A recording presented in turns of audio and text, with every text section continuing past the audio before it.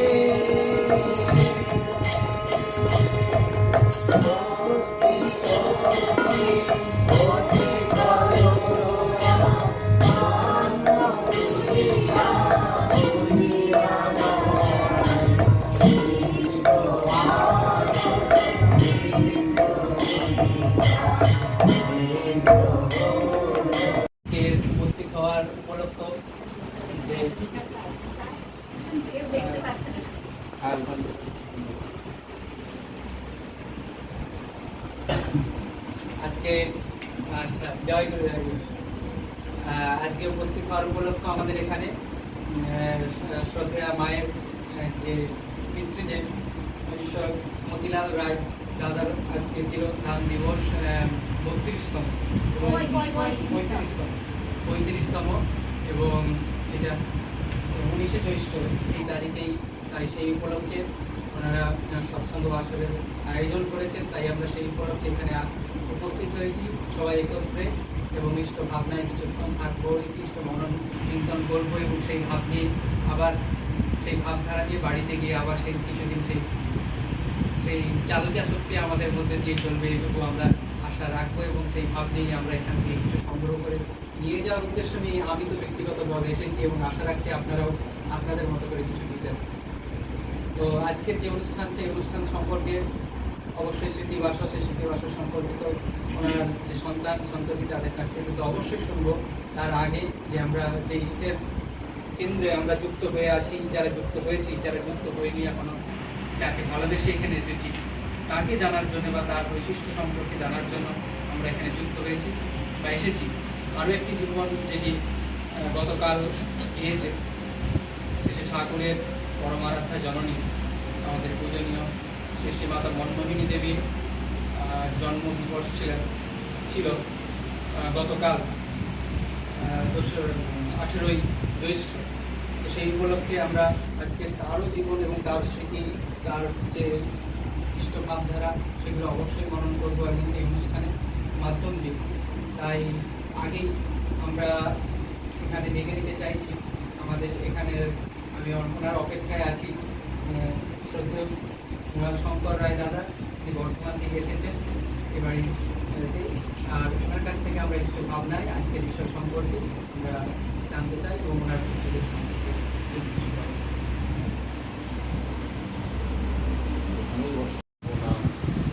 উপস্থিত ঋত্বিক দেবতা, ঠাকুরের পবিত্র পাঞ্জাবারী কর্মী, ইষ্টপ্রাণ দাদা এবং ইষ্টপ্রাণা মায়েদের আমার যথাযথ প্রণাম ও জয়গুরু। আপনারা এর আগেই শুনলেন আজকে সৎসঙ্গ বাসর কানাইচন্দ্র রায়দা গৃহে। এই সৎসঙ্গের উদ্দেশ্য কানাইদার শ্বশুর মশাই, মানে আমার বাবার, খোলামেলা বলি, আমার বাবার আজকে 35তম মৃত্যুবার্ষিকী, সেই উপলক্ষে সৎসঙ্গ। তা আমরা ঠাকুরকে ধরে এই জিনিসটা পেয়েছি, না হলে কি হতো, একটা শান্তি সস্তার মতো কারোর বাড়িতে, না হলে বাৎসরিক শ্রাদ্ধ অনুষ্ঠান যেটাকে বলে, আবার সেই মন্ত্রকন্ত্র ব্রাহ্মণ ডেকে করা হয়, সেইগুলো করা হয়। আমরা ঠাকুরকে ধরে কি জানলাম, তাকে মাথায় নিয়ে তার সৎসঙ্গে সবাইকে নিয়ে একসঙ্গে যদি বসতে পারি, এটাই হচ্ছে স্মৃতিচারণের চরম পাওয়া। যাই হোক, তার বিধি যাত্রা যেখানেই থাকুক, ঠাকুরের রাতুল চরণেই রয়েছে। আমি ঠিক এত তাড়াতাড়ি এখানে এসে দাঁড়িয়ে বলবো ভাবিনি, ভেবেছি কিছু গান হবে, কিছু হবে, তারপরে যেটা আমার বর্তমানে বলে থাকে, তারপরে আলোচনা কৃষ্ণ প্রসঙ্গটা শেষের দিকে হয়, সেইভাবে আমি ভেবেছি। যাই হোক, ঋত্বিক দেবতা আদেশ করেছেন আমায় কিছু করতে হবে। তা প্রথমে বাবার কথা বলি। বর্তমানে বাড়ি দেওঘরের কাছে।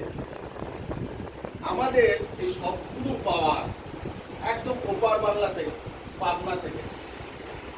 আমার মাতৃকুল থেকে এটা এসেছে। মায়ের বাবা তিনি মিলিটারিতে চাকরি করতেন, তিনি এসছেন, মাসে ছুটিতে এসছেন, এখানে ওখানে ঘুরে বেড়াচ্ছেন। তারা চলে গেছে খুব কাছাকাছি, কুষ্টিয়া গেছে। তখন ভাবলো যে আমার দিদি, মানে হচ্ছে আমার দাদুর দিদি দীক্ষা নিয়েছেন ঠাকুরের, তার আশ্রমে গিয়ে ঘুরে আসি, আর দুপুরবেলা মানে হোটেল খরচাটা বেঁচে যাবে, ওখানে প্রসাদ পাবো, এই আশায় চলে গেছে। গিয়ে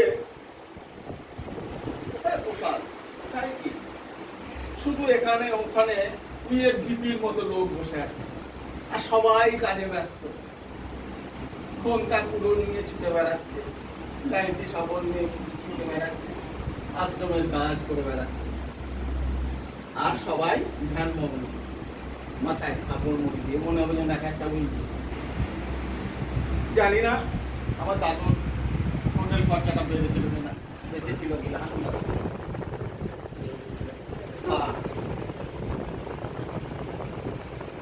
ঠাকুর 22 বছর যখন এখানে লীলা করেছে দেওঘরে,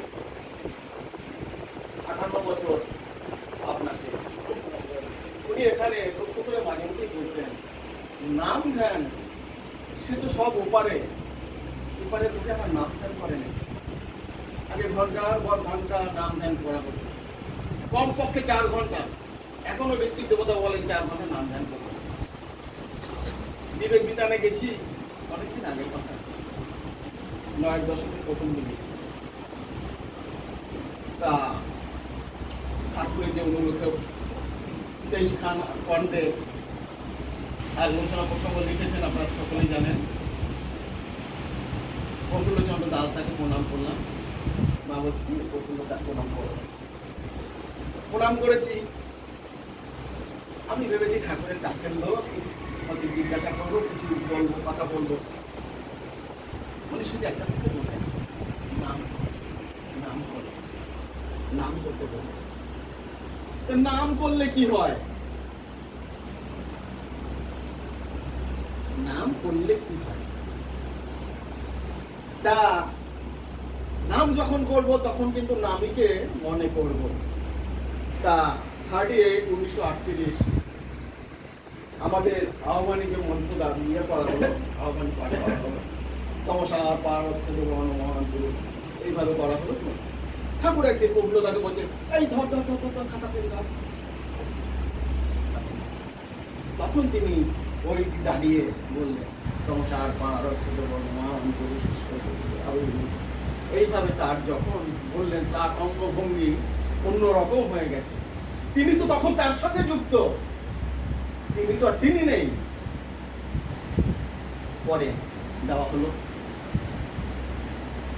প্রফুল্লতাকে জিজ্ঞাসা করে, তুই যে আমাকে কিভাবে দেখলি তখন বলতো, তুই যখন লিখছিলি আমার দিকে তাকাচ্ছিলি, কি লিখছিলি, কিভাবে দেখেছিলি? বলে, আপনার প্রতিটি কথায় আপনার দেহের মধ্যে যেন ঢেউ খেলে যাচ্ছিল, কখনো কৃষ্ণ রূপ, কখনো জেসাসের রূপ, এইভাবে রূপ দেখতে পাচ্ছি। বলে, যে রূপ তুই আমাকে আজ দেখলি, এইভাবে তুই তা যখন আপনার মেয়েটিকে নাম করে ডাকেন, ঘুরে গেছে, তখন কিন্তু মেয়েটির ছবি কিন্তু আপনার চোখের সামনে চলে আসে। এ মোনা আয়রে, এ কাজল আয়রে। আমি যখন তাকে ডাকবো ওই নাম, তখন কিন্তু তার যেন প্রতিচ্ছবিটি আমার চোখের সামনে। তাহলে নাম সম্পূর্ণ হবে। নাম কেউ করলে কি হবে?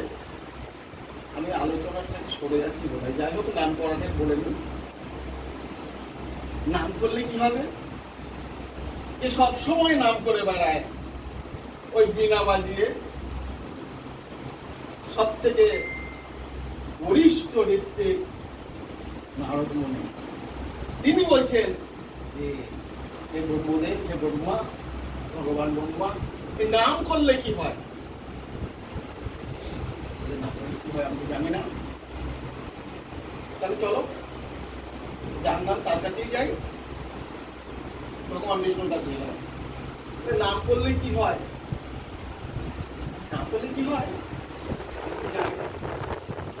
ঠিক আছে, যাওয়া হলো কোথায়? সেই যেখানে আমাদের সব বিশেষ নির্দেশ রাখা হয়,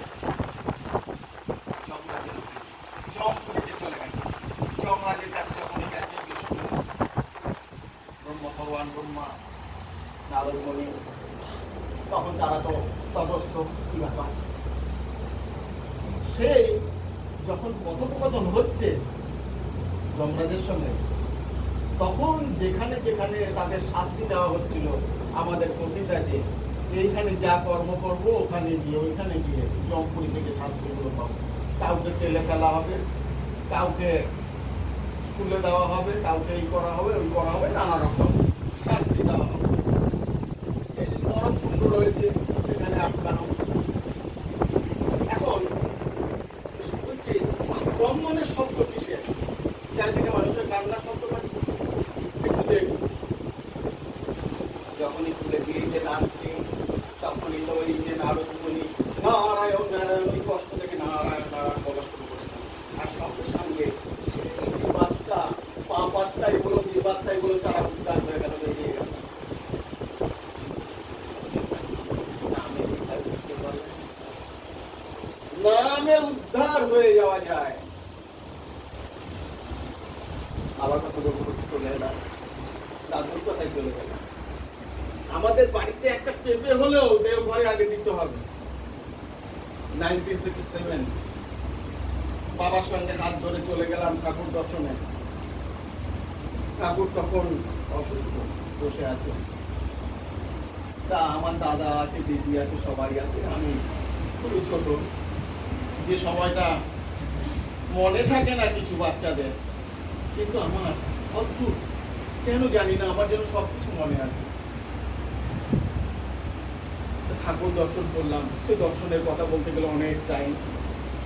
বাড়িতে এসে দাদাকে বললাম যে ঠাকুরকে মনে হলো যেন কিছু বলছে, থপথপে হয়ে গেছিল বড় বয়সে।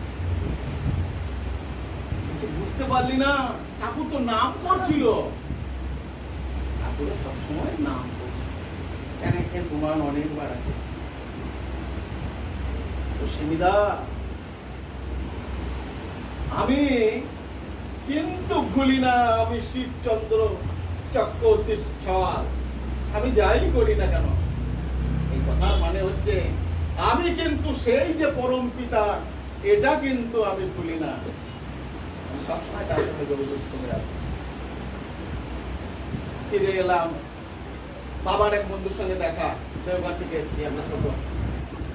বলছে কোথায় গিয়েছিলে বেড়াই? দ্বারকায় গিয়েছিলাম। আমার মা বলছে দেওঘরে গেছিলে, দ্বারকার কথা বললে না? বলে ভগবান শ্রীকৃষ্ণ মথুরা থেকে দ্বারকায় লীলা করেছে, আর আমার ঠাকুর পাবনা থেকে দেওঘরে এসে লীলা করছে। তাই আমি বললাম দ্বারকায় গিয়েছিলাম। এই ভাবটা আসতে হবে, তাকে দেখতে হবে। মাতা মনমণির 150তম জন্ম দিন গতকাল বোধহয় করি। আমার ছেলের থেকে বোধা সে সম্বন্ধেও কিছু আলোকপাত করতে বললেন। দেখুন, মানে বিবাহকে অত সহজ মনে করিও না, যেখানে জাতি এবং জনন এবং জাতি জড়িত আছে ঠাকুরের কথা। তাহলে আমার জন্ম কোথায়? বর্তমান বর্ণিলপুর। কিন্তু কি তাই? আমার জন্ম হয়েছিল তো মাতৃ জঠরে, মায়ের জঠরে আমার জন্ম। এটাই তো শেষ কথা। তাহলে সেই জঠরটি কেমন হতে হবে? এরোপ্লেন তো সব জায়গায় নামতে পারে না, মাকেও সেইভাবে হতে হবে। পুরুষোত্তমকে আনতে গেলে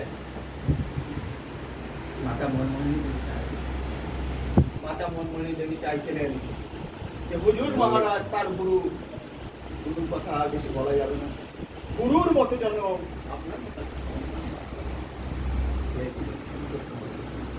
হ্যাঁ হ্যাঁ মা পাবলি পেয়েছিল। হিন্দিতে কথা বলে তো তারা, বলেছিল পাবলি। তারপর ঠাকুর যখন বড় হলেন তখন চিঠি, তখন তো চিঠি ফোন ফোন নয়, চিঠি দিলেন। বলছে অনুকূল তো বড় হয়েছে, বলে তুই যে নাম পেয়েছিস ওই নাম তুই দিয়ে দে।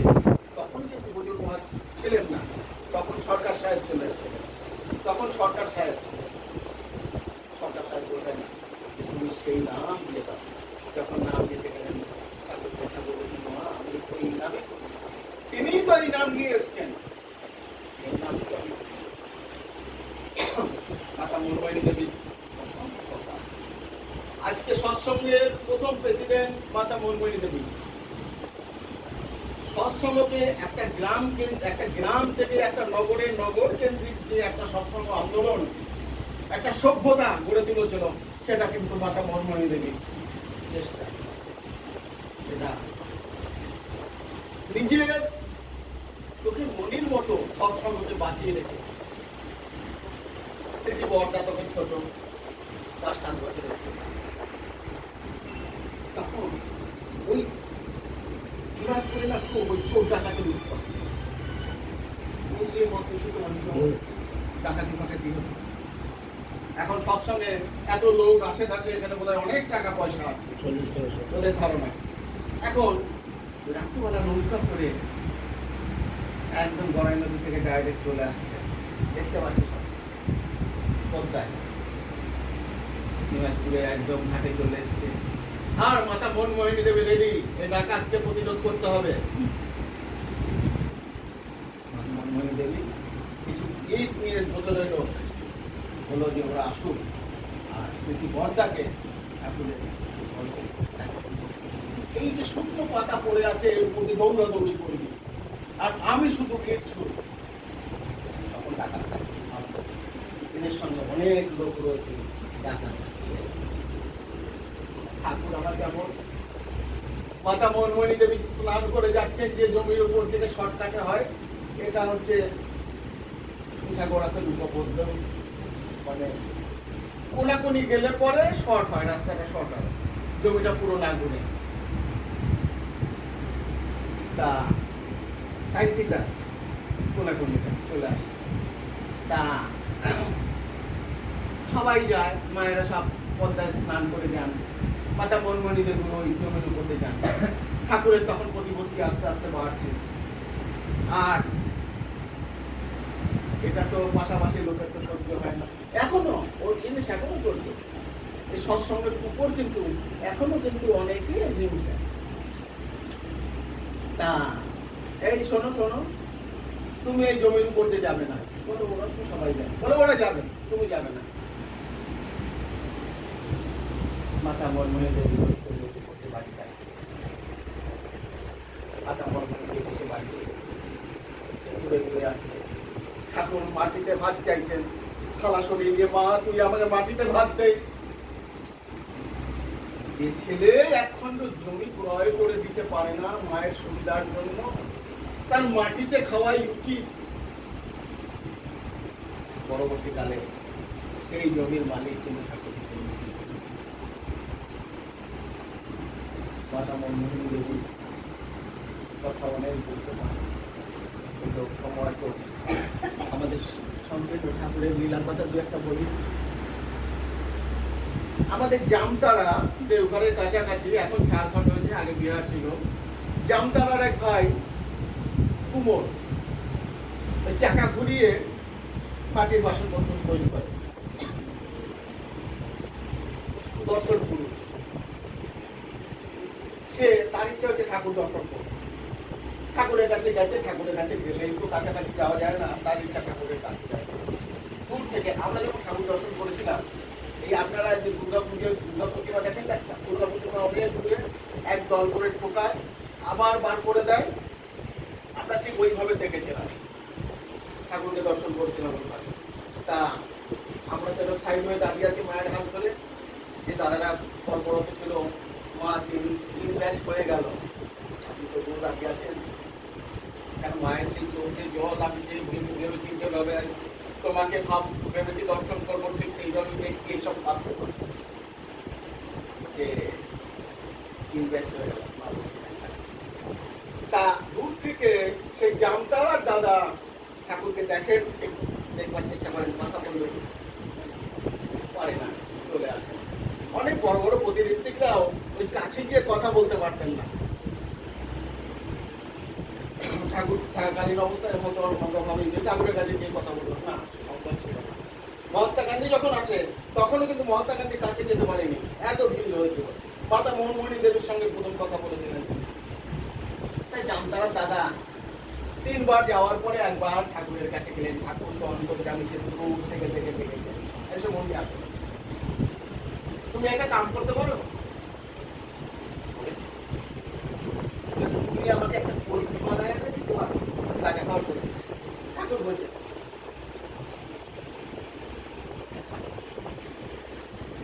আদেশ, ও এসে বেশ ভালো করে বড় একখানা কলকে বানিয়ে নিয়ে গেছে ঠাকুরের কাছে। ঠাকুরের পছন্দ হয়নি, না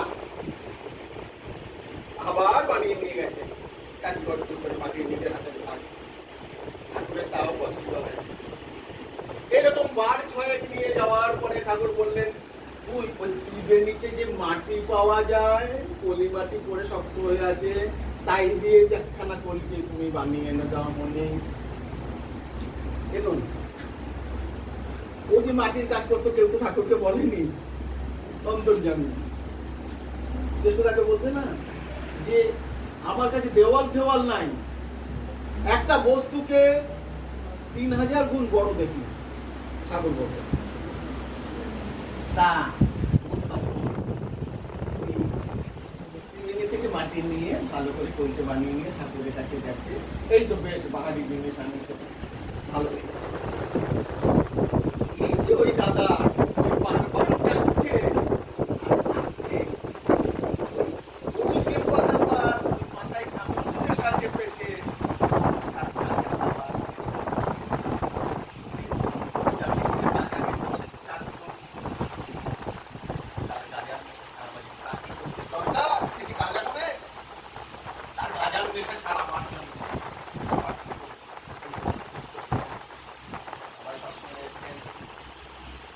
সৎসঙ্গে এলে পরে উদার হওয়া যায়, আর না এলে সংকীর্ণতা বাড়ে। উদারতা বাড়ে, সংকীর্ণতা বাড়ে। সৎসঙ্গে আসতে হবে। এক ভাই প্রতিদিন চার্চে আসে,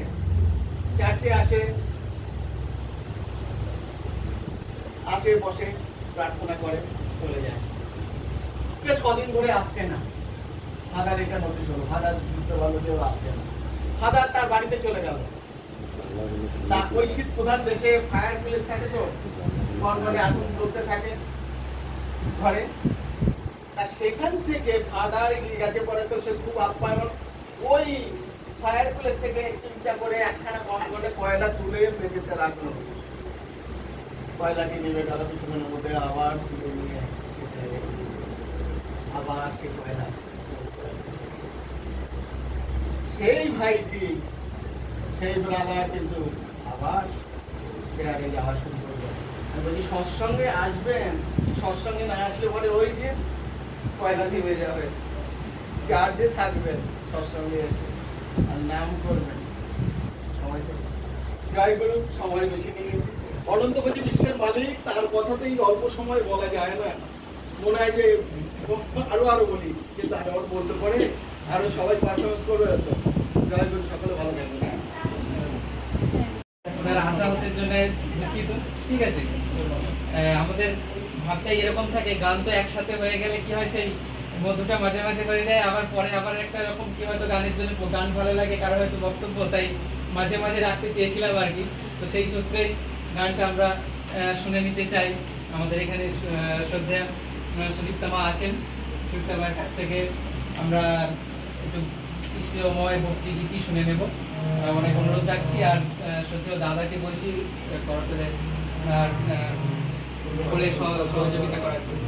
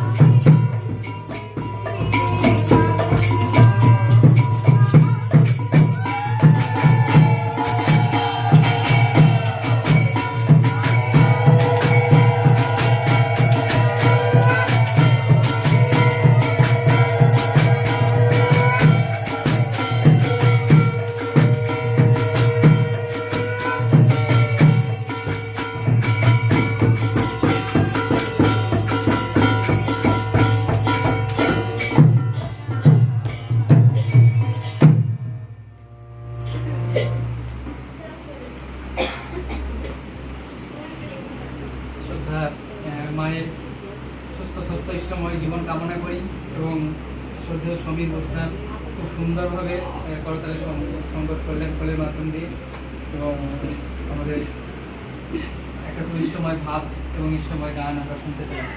আবার আমরা আলোচনায় দিতে চাই, আমাদের সাথে আছে আজকে যে মানুষটির সম্পর্কে স্মৃতিবাসল তার কন্যা শ্রদ্ধেয়া রীনা মালাকার দেবী। ওনার কাছ থেকে আমরা শ্রী শ্রী ঠাকুরের যে মাতৃদেবী ওনার সম্পর্কে এবং ওনার যে পিতৃদেব স্বর্গীয় রাধার সম্পর্কে মতিলাল রায় দাদার সম্পর্কে জানতে চাই এবং সে বিষয়ে উনি আমাদেরকে জানান। এটুকুই আশা করছি।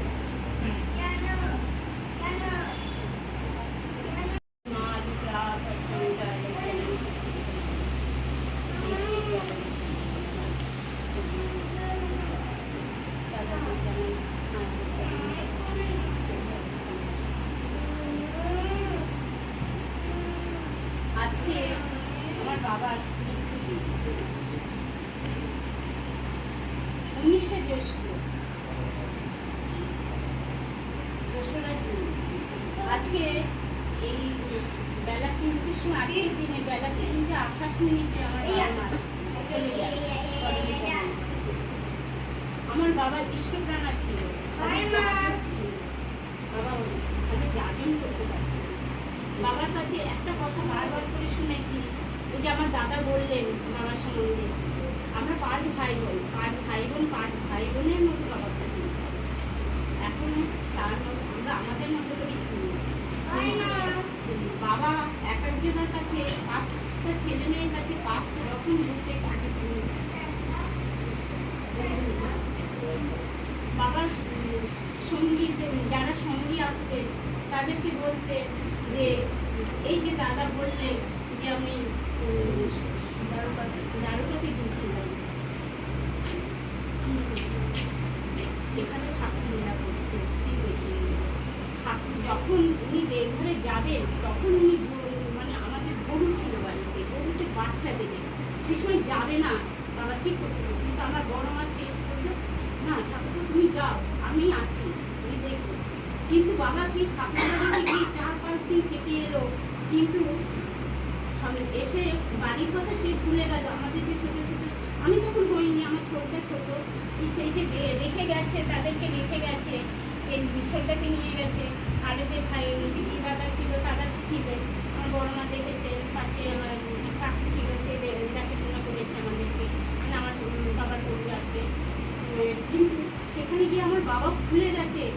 বাড়িতে গরু বাচ্চা দেবে, বাড়িতে এখন ছোট ছোট ছেলে মেয়ে আছে, সব বিয়ে হয়ে গেছে। যখন বাড়ি এলো, বাড়ি আসার পরে তারও 3-4 দিন পরে পুরো রেস্ট হওয়ার পরে সেই গরু বাচ্চা দিল। বাবা এই কথাটা যে কতজনের কাছে বলেছে যে আমি যাওয়ার সময় মানে যাই যখন, তখন এত মুখোমুখি গরুর বাচ্চা দেবে, গরু মানে মাঝে মাঝে গরু কষ্ট হতো, সেটা বাবা পুরো উপলব্ধি করতো, গরুকে পুরো নিজের মায়ের মতো ভালোবাসত। কিন্তু সেই কথাটা বাবা যে কখন মুখে বলেছেন, কতবার বলেছেন, আমি ছোট ছিলাম শুনেছি। বাবা বলে যা হচ্ছিল কথা কম বলতো। এই যে কৃষ্ণ কাজে আমার মা মানে অনেক দূরে দূরে যেত। এই যে মাতৃ সম্মিলন আজকে আমরা সবাই করি, এই মাতৃ সম্মিলনে উদ্যোক্তা আমার মাও ছিলেন।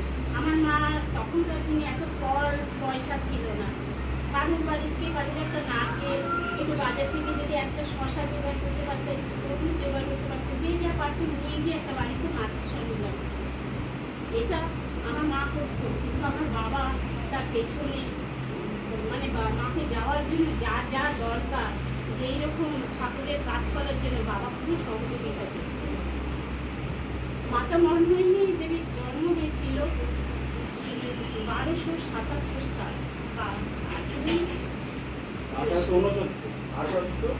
18ই জ্যৈষ্ঠ, আর 1869 আর 1869, আর সনটা ছিল 1277 সাল।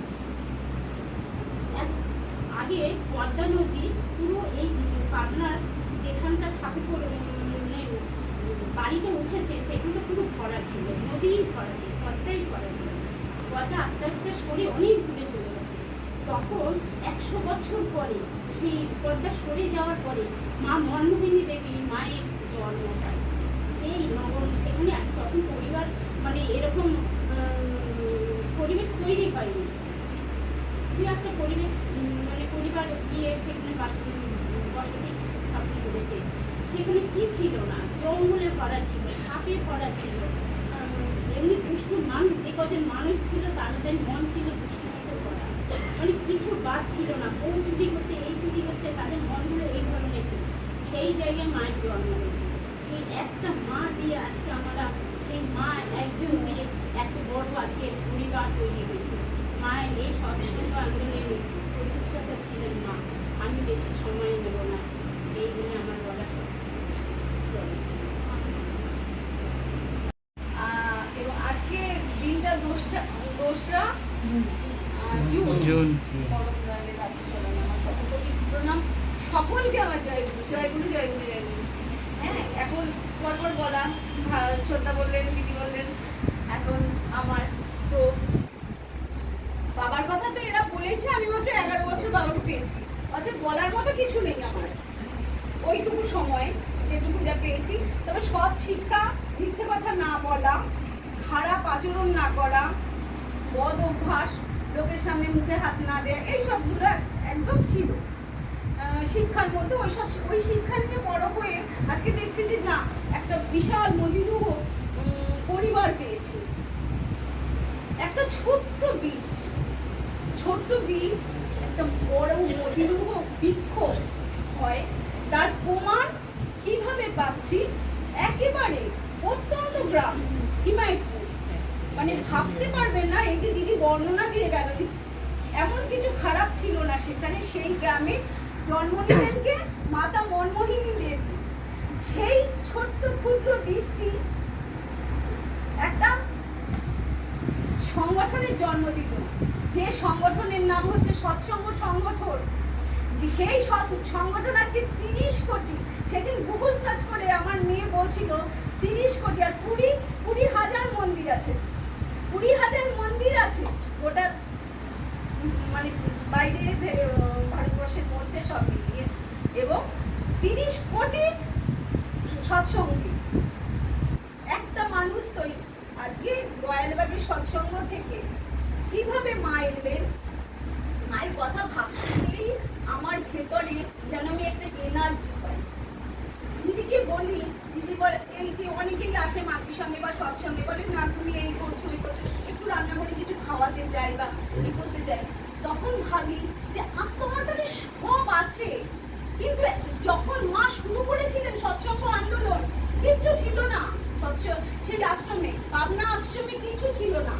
কি খাবেন, কি এতগুলো ছেলে, প্রথমে তো আমাদের কি যেন শুরু হয়েছিল, কীর্তনের যুগে কীর্তন করে যে ছেলেরা আসবে ক্লান্ত হয়ে, তাকে কি খেতে দেবে মা জানতেন না।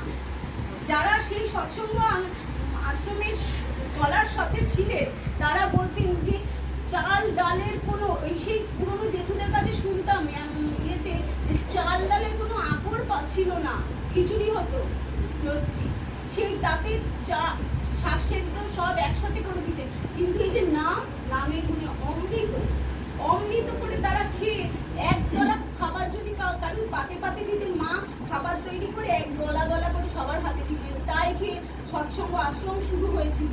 সেখানে কি ছিল না, ইংরেজ যে বড় লাভরা এসছেন, আসার পরে শ্যামাচরণ মুখার্জি তাদের নিয়ে এসছে, এসে যখন ঘুরিয়ে সব দেখাচ্ছে, বুঝে এটা কি কোনো আশ্রম, এটা স্পিরিচুয়াল কোনো সংগঠন না, এটা কোনো জাদু নগরীতে এসছে।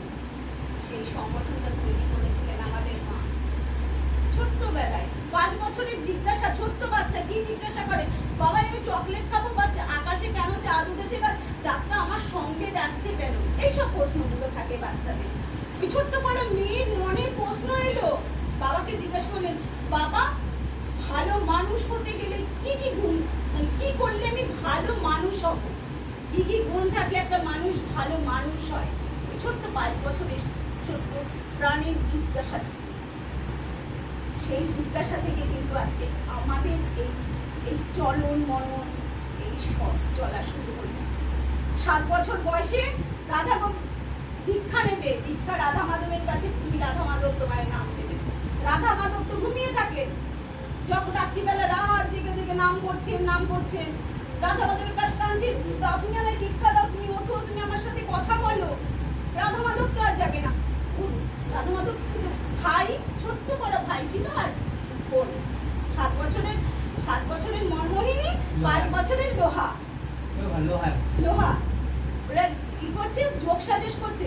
উনি তো বাবাকে ঘুম পাড়িয়ে রেখে গেছে, উনি তো ঘুমিয়ে রয়েছে, তাই আমাদের ডাক শোনেন। আজকে ডেকে টেনে তোল, আগে তুলে বসিয়ে নাও, তুমি বসো, এবার শোনো, আমরা দীক্ষা নেবো, আমি কি নামে ডাকলে তুমি সাড়া দেবে।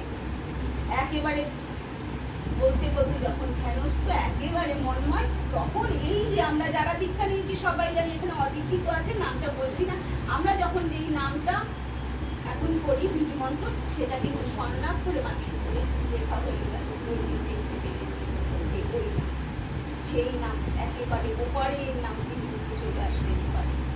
একটি মেয়ে ভালোবাসায় তার ঈশ্বরের বলে যায়, ঈশ্বরের সেই একেবারে অলমাইটি ঘর, পরম পিতা, তাকে দেখতে পেলেন। হুজুর মহারাজের কাছে কিভাবে দীক্ষা হচ্ছে সবারই জানা, সেগুলো বলার কিছু নেই, যাদের জানা নেই তাদের পরে জানাবো। এখন অনেক সময় মানে বলছিলাম দিদিকে যে যেন মায়ের কাছে হাতের মতো ছিল, তখন কিন্তু এই যানবাহন এত ভালো ছিল না, খুব কষ্ট করে চলাফেরা করতে হতো। সেই সময় কয়লার গাড়ি, সেই সময় কলকাতায় চলে আসতেন। কলকাতায় যখন হুজুর মহারাজের সঙ্গে প্রথম মায়ের দেখা হয়, মা বললেন, বেটি আমি তোর জন্যই শুধু দিল্লি থেকে কলকাতায় এসেছি, তুই বল কি বর চাস। গুরুদেব আমি আপনার মতো যেন সন্তান পাই। বলছে না, আমার মতো সন্তান নয়, স্বয়ং পরম পিতা, একবার সুপ্রিম ফাদার তোর গর্ভে জন্ম নেবে। তাই তো হলো, একেবারে সুপ্রিম ফাদার অলমাইটি। সৃষ্টির সময় কোনো কিছু ছিল না, যখন সৃষ্টির সময় যে স্পার্কিং ছিল, যে সুপ্রিম ফাদার যার ইচ্ছা হলো আনন্দ লহরীতে বিচরণ করবে, তার বিস্তার হতে ইচ্ছা হলো, সেই যে সুপ্রিম ফাদার, সে তিনিই হচ্ছেন স্বয়ং পরম পিতা। এটা আমার কথা নয়, এটা সৎসঙ্গীদের কথা নয়, স্বয়ং হুজুর মহারাজ বলে গেছেন, স্বয়ং সুপ্রিম ফাদার তোর গর্ভে আসবে, তাই এসেছিলেন। এবং সেগুলো কিন্তু প্রমাণিত হয়েই তিনি বিশ্বপিতা যে আমরা আখ্যা দিয়েছিলাম, তখন কিন্তু যখন বলেছিলেন, তোরা কি নিজেরা বিশ্বাস করিস যে আমি বিশ্বপিতা বা আমি বিশ্বগুরু সম্মেলন যখন হয়েছিল, তখন সেই সময় একটি গিয়ে অনন্ত মহারাজের নাম সবাই জানেন, লীলাসঙ্গী, তিনি 7 দিন ধ্যান করে তিনি জানলেন যে হ্যাঁ, যেখান থেকে একেবারে সব কিছুর সৃষ্টি, সেই সুপ্রিম ফাদার হচ্ছেন আমাদের পরম পিতা। তিনি বেরিয়ে বলেন, হ্যাঁ আপনারা বিশ্বগুরু সম্মেলন করুন। এই হচ্ছে সেই ছোট্ট বৃক্ষটি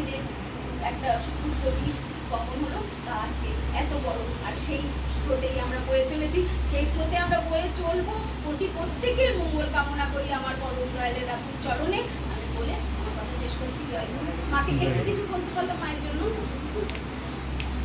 বলছি, আমাদের এখন একটা ইষ্টভাবনায় গান শোনা গেল শ্রদ্ধা মায়ের কাছ থেকে।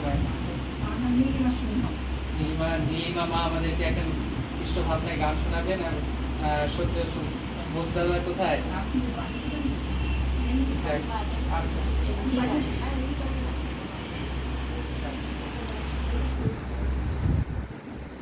পরম পিতা জীবগুরু সত্যম পূর্ববর্তীকে অধিকার করিয়াই পরবর্তী আবির্ভাব শিশু ঠাকুর অনুকূল চন্দ্র তিনি জীবগুরু সত্যম স্বামী।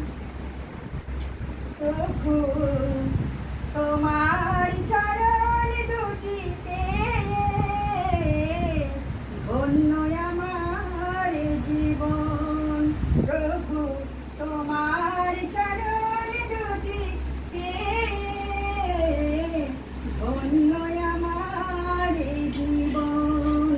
ওগো প্রাণের ঠাকুর নররূপী নারায়ণ, প্রভু তোমার চরণ দুটি পেয়ে ধন্য আমার জীবন। আমার কত জনমের সাধনায় তোমায় পেয়েছি প্রভু এ ধারায়।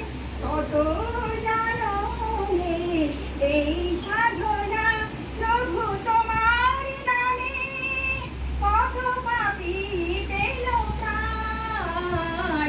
প্রভু তোমার চরণ দুটি পেয়ে ধন্য আমার জীবন। ওগো প্রাণের ঠাকুর নররূপী নারায়ণ, প্রভু তোমার চরণ দুটি পেয়ে ধন্য আমার জীবন। তুমি ত্রেতা যুগে তুমি ছিলে রাম, দাপরেতে হয়ে ঘনশ্যাম, কলির শেষে তুমি হয়ে এলে অনুকূল। ওগো প্রাণের ঠাকুর নররূপী নারায়ণ, ওগো প্রাণের ঠাকুর নররূপী নারায়ণ, প্রভু তোমার চরণ দুটি পেয়ে ধন্য আমার জীবন। প্রভু তোমার চরণ দুটি পেয়ে ধন্য আমার জীবন।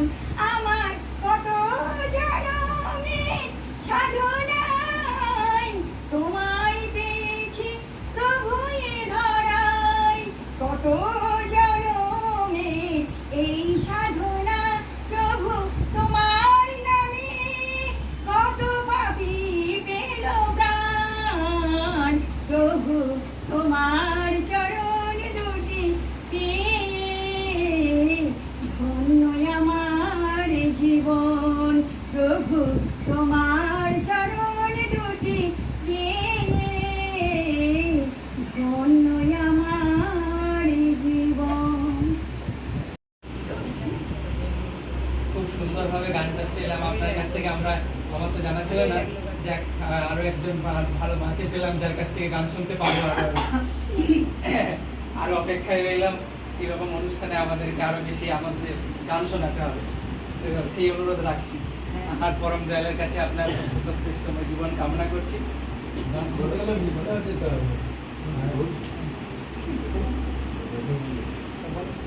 একেবারে আমরা 5 মিনিটের মধ্যে আমি চাইছি আমাদের নৈহাটি থেকে অর্কপ্রভু চ্যাটার্জি ভাই এসেছে, গুরু ভাইকে আমার সহকর্মী এবং আমরা প্রায় একসাথে বিভিন্ন জায়গায় গিয়ে কাজকর্ম করে থাকি।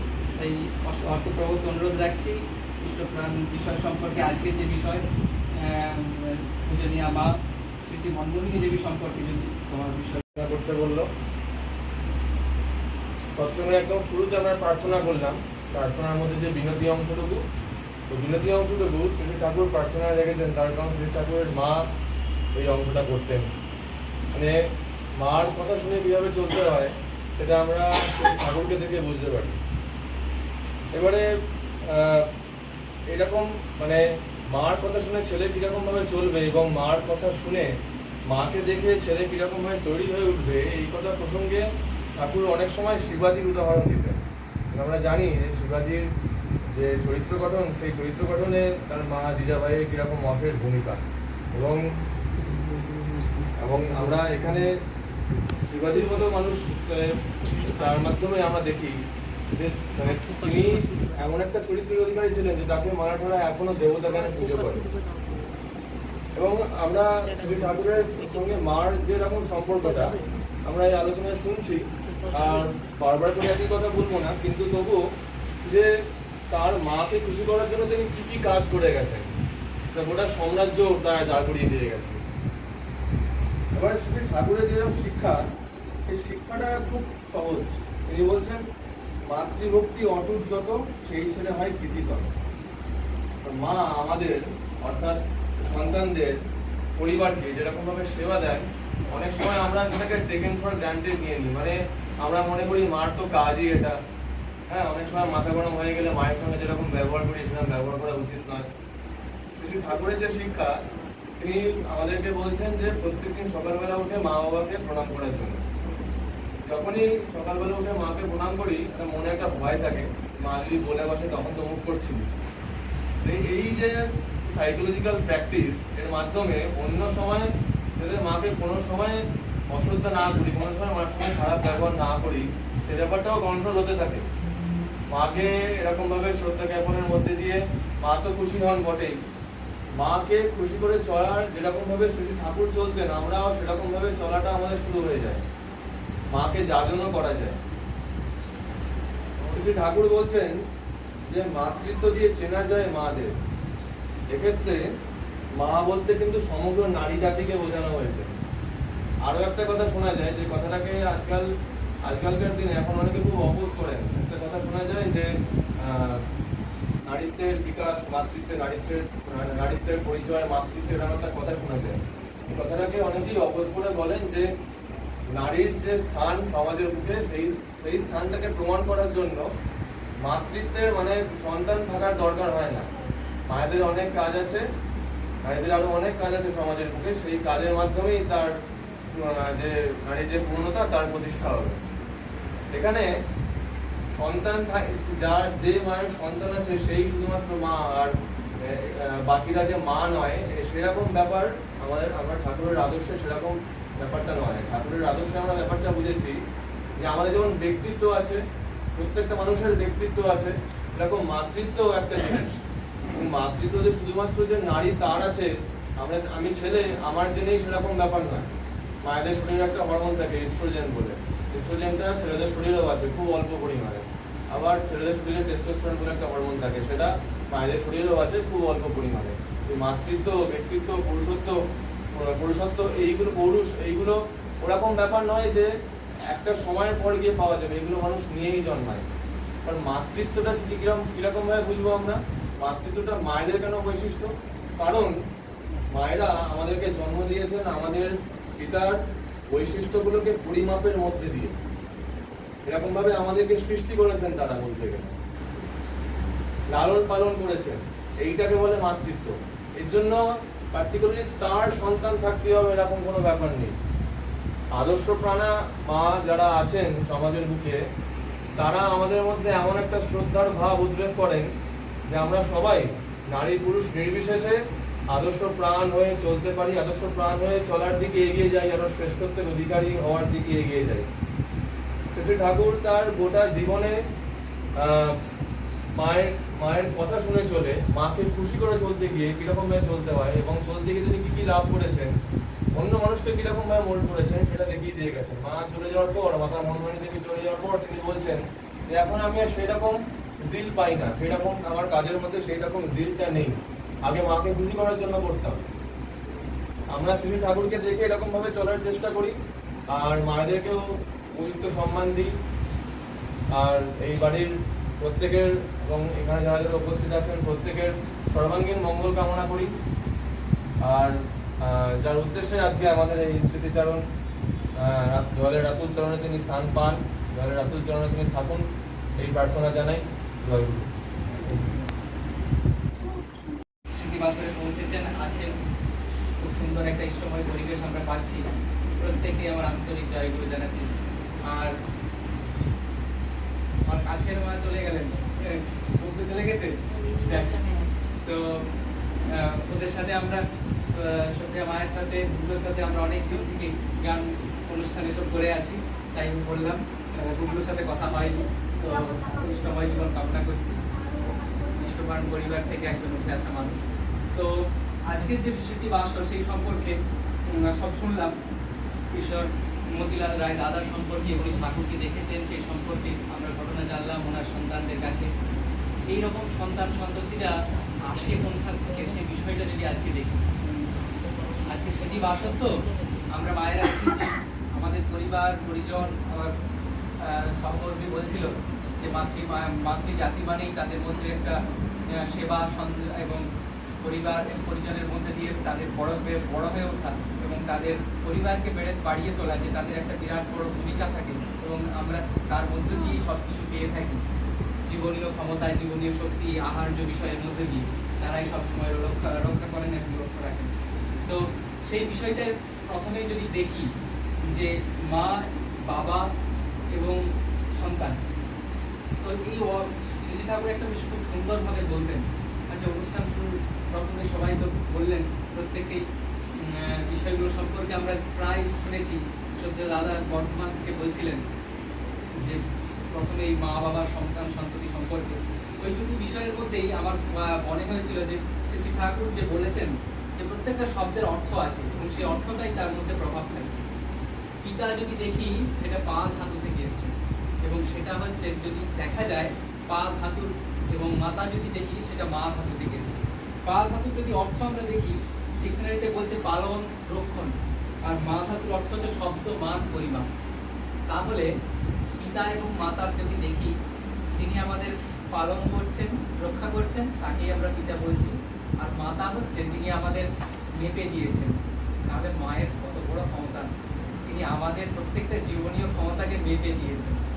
তো এই মাপা ব্যাপারটা যদি আরো জায়গায় দেখি কিভাবে মেপে দেন, শ্রী ঠাকুরের আঙ্গিকে আমরা দেখতে পেয়েছি সেগুলো। যে পুরুষোত্তমের আঙ্গিকে যখন দেখি, তিনি বলছেন প্রত্যেকটি বাড়িতে দেব শিশু জন্ম নেয় যদি মাতা এবং পিতা তার সেই রকম ভাব নিয়ে এই পরিবার তৈরি করে। তাহলে পরিবার পরিজন হয় কেন, এই জিনিসটা প্রথমেই আসে। যে প্রত্যেকটা পরিবারই মানুষজন তো হয়েছে, তাদের প্রত্যেককে একটা পরিবার থেকে একটা মাকে নিয়ে এসে তাদের পরিবারে তাকে দেওয়া হয়েছে। আমরা একটু পডকাস্টে শুনছিলাম যে যে পরিবার থেকে যে মা বাড়িতে, নতুন বাড়িতে এসেছে, তার বাবা মাকে প্রচন্ড শ্রদ্ধার সাথে সম্মান করা উচিত, কারণ তার পরিবারের একটা সন্তানকে তিনি দিয়েছেন একটা নতুন পরিবারে, যেখানে তারা আবার তার পরিবার তৈরি করতে পারে। তাহলে যদি শ্রী ঠাকুরের ভাবে যদি দেখি, তিনি বলছেন যে মাতা পিতা যে ভাব নিয়ে বিরাজ করে, যে ভাব নিয়ে তাদের জীবন ধারণ করে, চালন করে প্রত্যেক দিন, তাদের সন্তান সন্ততি সেই ভাব নিয়ে আসে। শ্রী ঠাকুরের কথায় যদি বলা যায়, তিনি বলছেন প্রত্যেকটি মাতা পিতা যদি আচার আচরণ এবং ভাবে সৎ হয়, প্রতিটি বাড়িতে বাড়িতে সুন্দর সন্তানদের জন্ম হবে। আজকে আমরা যে দেশে ভালো মানুষ খুঁজে পাই না, প্রায় আমরা বলি আর আজ ভালো মানুষ নেই। আমাদের সময় মায়েরা বলেন, প্রায় পুরোনো যারা মানুষ জানেন তারা বলেন আমাদের সময় খুব ভালো ছিল, ছেলে মেয়েদের বড়জনদের প্রতি শ্রদ্ধা ছিল, তাদের প্রত্যেকের প্রতি একটা সম্মান ছিল, তাদের জন্য কিছু করা ছিল। এখনকার দিনে মা তার ছেলেকেই দেখে না। বাবা বলে পড়াশোনা করিয়েছি, ও পড়াশোনা করে চাকরি করবে, একটা ইনকাম করবে, ওর জীবনটা চলুক, আমাদের পরে আর কে দেখবে। এখনকার দিনে তো সবাই দেখছে না, যখন যা হবে পরম জানে, ভবিষ্যৎ জানে কি হবে তাদের। তো এই ব্যাপারটা যদি আমরা পুরোভাবে দেখি, শ্রী ঠাকুর এরও সমাধান দিয়েছেন। তিনি বলছেন যদি পিতা মাতা ইষ্টে নত হয়ে জীবন চালন করেন, মানে কিরকম জীবন চলন, প্রত্যেক দিন সৎ ভাব নিয়ে চলা, প্রত্যেক দিন ইষ্টের প্রার্থনায় আমরা যে যুক্ত হই। প্রার্থনাটা কি? প্রার্থনা হচ্ছে প্রত্যেক দিনের মধ্যে আমরা বলছি যে আমরা এই ভাব, এই কাজগুলো করবো প্রত্যেক দিনের মধ্যে। প্রার্থনা শুধু এটা নয় যে আমরা আউড়ে কিছুটা সময় মনের ভাবটাকে একটা তৈরি করলাম। মনের ভাবটা তখনই তৈরি হবে যদি সেই ভাব, যে কথা আমরা বলছি প্রার্থনার বইয়ে প্রত্যেকটা বাংলা কথা আছে, ওয়ার্ডগুলোর বাংলা আছে। আমি প্রত্যেকের কাছে অনুরোধ রাখবো ওই প্রার্থনার প্রত্যেকটা বাংলা ওয়ার্ড একদিন করে দেখান, প্রত্যেককে অনুরোধ রাখবো। প্রার্থনায় আমরা করি প্রপূর্বক যে অর্থ, অর্থাৎ তার বাড়া বা বৃদ্ধির ব্যাপার, যে সেইগুলো যদি আমরা প্রত্যেক দিন একটু একটু করে পালন করি, আজকে আমি এটা চেষ্টা করবো করার, পরের দিন ওইটা চেষ্টা করবো, এইটা হচ্ছে ইষ্টি চলন। এবং এই চলন যখন প্রত্যেকের মধ্যে থাকবে তখনই হবে ইষ্টমুখী পরিবার। আজকে যে পরিবারে আমরা প্রত্যেকে চাই ভালো, আমার সন্তান সন্ততিগুলো ভালো থাকুক, আমার পরিবারের মধ্যে কোনো অশান্তি না আসুক, আমার পরিবারের মানুষজনেরা খুব শান্তি থাকুক, তাদের মধ্যে খুব ভালো সম্পর্ক থাকুক। প্রায় দেখা যায় পরিবার ভালো আছে, তারা সৎসঙ্গীও হতে পারে বা হয়তো সৎসঙ্গী নয়, সাধারণ পরিবার, কিন্তু প্রায় দেখা যায় কোনো একটা বিষয়ের উপরে ও বলছে ও আমি এখন যাব না, এ বলছে তার উপরে তার একটা ক্ষোভ থাকে বা তার মধ্যে তার একটা ইগো কাজ করে, এরকম হয় প্রায় দেখা যায়। এটার মূলে যদি আমরা দেখি, এটার মূলে হচ্ছে কারণ একে অপরের প্রতি একটুখানি শ্রদ্ধার চাপ আমরা পারি না। শ্রী ঠাকুর সবার আগে সেই শ্রদ্ধার চাষটা দেখিয়ে দিচ্ছেন। একদিন প্রফুল্লদা, তিনি তো খুব বিখ্যাত একজন মানুষ ছিলেন, শ্রী ঠাকুরের কাছে বসে সদ্য দাদা বলছিলেন এতগুলো খণ্ড আমাদেরকে দিয়েছেন, এত ইষ্টপ্রাণ মানুষ, একজন বিপ্র সন্তান শ্রী ঠাকুরের কাছে এসেছেন, কিছু আলোচনা করে তিনি তার কাছ থেকে প্রণাম নিবেদন করে ফিরে যাচ্ছেন। সদ্য প্রফুল্লদা তার পিড়িতে বসেছিলেন, তিনি লিখছেন, তিনি সবসময় পাশে লিখতেন। তিনি লেখার পরে দেখছেন সেই মানুষটি চলে যাচ্ছে শ্রী ঠাকুরের কাছে, যখন শ্রী ঠাকুরের কাছ থেকে প্রণাম নিবেদন করে চলে যাচ্ছেন, তখন প্রফুল্লদাকে সদ্য প্রফুল্লদাকে শ্রী ঠাকুর বলছেন ওনার এই আচরণটা শ্রী ঠাকুরের ভালো লাগেনি, কেননা উনি বিপ্র সন্তান, বর্ণে ভালো কিছু আচরণ করেছিলেন বলে এই পরিবারে এসেছেন, তাই সেই বর্ণ, সেই কৃষ্টিটাকে সম্মান জানাতে হবে। তাই শ্রী ঠাকুর বলছেন প্রফুল্লদা এত অভিজ্ঞ মানুষ, তাকেও ওই মানুষটার প্রতি শ্রদ্ধা জানিয়ে প্রণাম নিবেদন করতে হবে। এই হচ্ছে শ্রদ্ধার চাষ। এইটা যদি আমরা পরিবারেই করি, বাড়ির বড় যিনি আছেন তিনি হয়তো তাকে আমরা কিছু জিজ্ঞাসা করে আজকে দিনে কাজ করলাম, কোথাও গেলে তাকে খুঁজতে জানিয়ে করলাম, পরিবারের মধ্যে আর সম্পর্কের দূরত্ব আসবেই না, ভালোবাসতে বাধ্য। তার জন্য যদি কিছু করে দেয় সে মানুষটা অবশ্যই ভালোবাসতে বাধ্য। তাই এই পরিবার পরিজন এইভাবেই আমাদের তৈরি হবে আর গড়ে উঠবে। আর এই শিক্ষা আমরা পাই শ্রী ঠাকুরের কাছ থেকে। তিনি ধরিয়ে দেন প্রত্যেকটা বিষয় যে কি হতে পারে। আমরা যে নাম ধ্যানের কথা সদ্য দাদা বলছেন, নম ধাতু থেকে এসছে, মা বলছিলেন নামের শব্দ তৈরি হয়, শব্দ থেকে প্রত্যেক থেকে আসছে। প্রত্যেকের মধ্যে আমাদের যে আমরা যে বেঁচে আছি, চলছি, খাবার খাই, তো তার মধ্যে থেকে আমরা প্রোটিন, ভিটামিন, খনিজ যে সমস্ত পাই, সেগুলো আমাদের রক্তে আস্তে আস্তে মিশতে থাকে, সেগুলো আমাদেরকে বাড়িয়ে তোলে। আমরা কিন্তু ছোট্ট একটা পিণ্ড থেকে তৈরি হয়েছিলাম, তারও যদি ভেতরে দেখি আমাদের মধ্যে একটা স্পন্দন ছিল, আমাদের স্পন্দন হয়তো, তার মানে সেই স্পন্দনটা যদি বন্ধ হয়ে যাবে সেদিন তো সবাই মৃত্যু।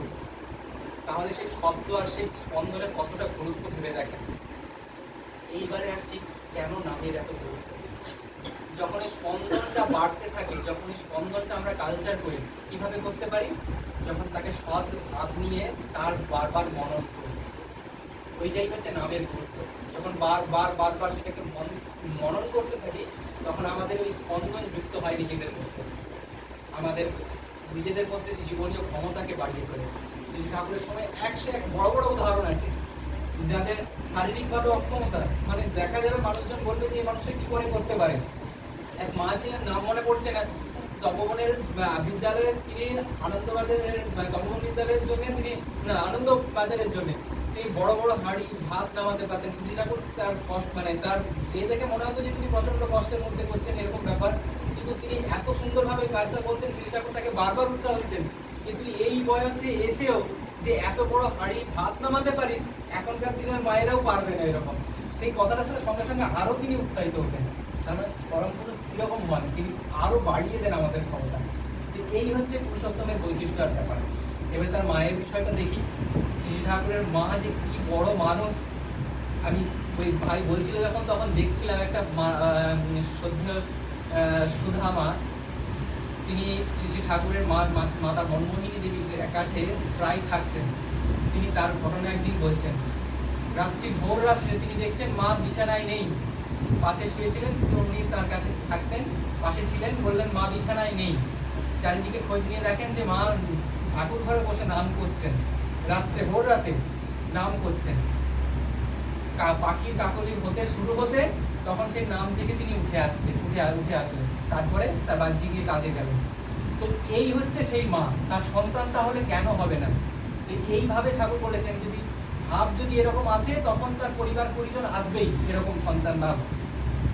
আরো উদাহরণ পাই, শ্রী ঠাকুরের মা মাতা মনমোহিনী দেবীর উদাহরণ ভারতীয় নারীদের যে শ্রেষ্ঠ মহিষী নারীদের কথা বলা হয় যারা সাধিকা, তাদের মধ্যে আছে। ভারতীয় নারী বলে একটা বই পাওয়া যায়। ভারতবর্ষে যে সাধিকা মানুষজন আছে তাদের মধ্যে ওই মাতা মনমোহিনী দেবীর নাম এক বাক্যে উল্লেখ করা হয়, যে তার মতো সাধ্বী নারী পাওয়া জীবনের ভাগ্যের খুঁজে পাওয়া খুব মুশকিল। এই মাতা মনমোহিনী দেবী, তার আর একটা ঘটনা খুব বলি, খুব আনন্দ পাই, যেটা আমি খুব মনন করে দেখি। শ্রী ঠাকুর এত পবিত্র একজন মানুষ, তিনি কিভাবে তাকে মাকে ভালোবাসতেন সেই ঘটনাটা। শ্রী ঠাকুর ছোট, তখন বয়সে ছোট, ভাই বোনেরা আছেন, মা নাম করবেন, তার জন্য সেই পরিবেশ কিরকম ভাবে তিনি তাকে সাহায্য করছেন সেইটা দেখুন। মা নামে বসছেন, আর ভাইরা তো ছোটরা তো গন্ডগোল করে, তারা খেলাধুলা করে, ভাইদেরকে সামলানোর জন্য তিনি তখন ভাইদের সাথে আছেন, যাতে মায়ের নামে অসুবিধা না হয়। অল্প বয়সেই তখন তার এই চিন্তা ভাবনা আছে, এবং সেই জন্য তিনি তাকে সাহায্য করছেন মাকে। আর কিরকম মাকে ভালোবাসেন 1935 সালের ঘটনা, সহ্য প্রফুল্লতা লিখছেন, এটা স্মৃতি মণিকোঠায় পেয়েছিলাম। বলছেন তিনি মায়ের কোলে এমন ভাবে প্রার্থনায় বসতেন, মনে হয় যেন মায়ের কোলের মধ্যে মিশেই গেছেন। এইরকম ভাবে তিনি তাকে ভালোবাসতেন, আর এতটা তাকে তিনি ভালোবাসতেন, তিনি শ্রী ঠাকুর বলছেন যে আজকে যা কিছু আপনারা দেখছেন সব কিছু শুরু হয়েছিল মাকে খুশি করতে গিয়ে। এই উৎস আমার মা। তাহলে ভেবে দেখেন যে এত স্বয়ং ভগবান, যিনি সমস্ত ক্ষমতার অধীশ্বর, তিনি বলছেন তার মাকে খুশি করতে গিয়ে তিনি সবকিছু করেছেন।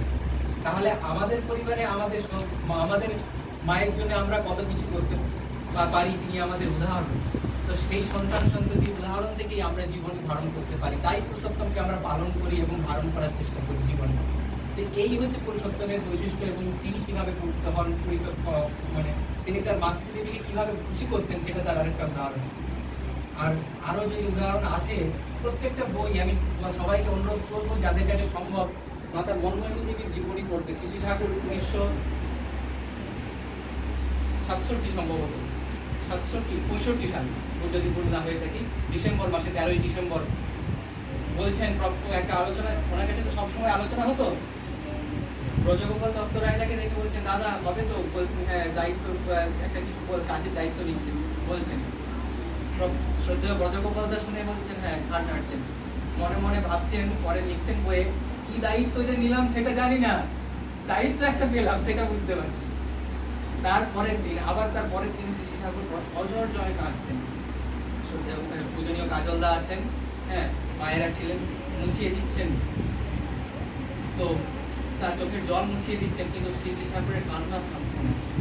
প্রফুল্লতাকে ব্রজগোপাল দত্ত রায় তাকে ডেকে পাঠানো হলো, তাকে ডেকে আনলেন যে আপনাকে শ্রী ঠাকুর একটু খোঁজ করছেন।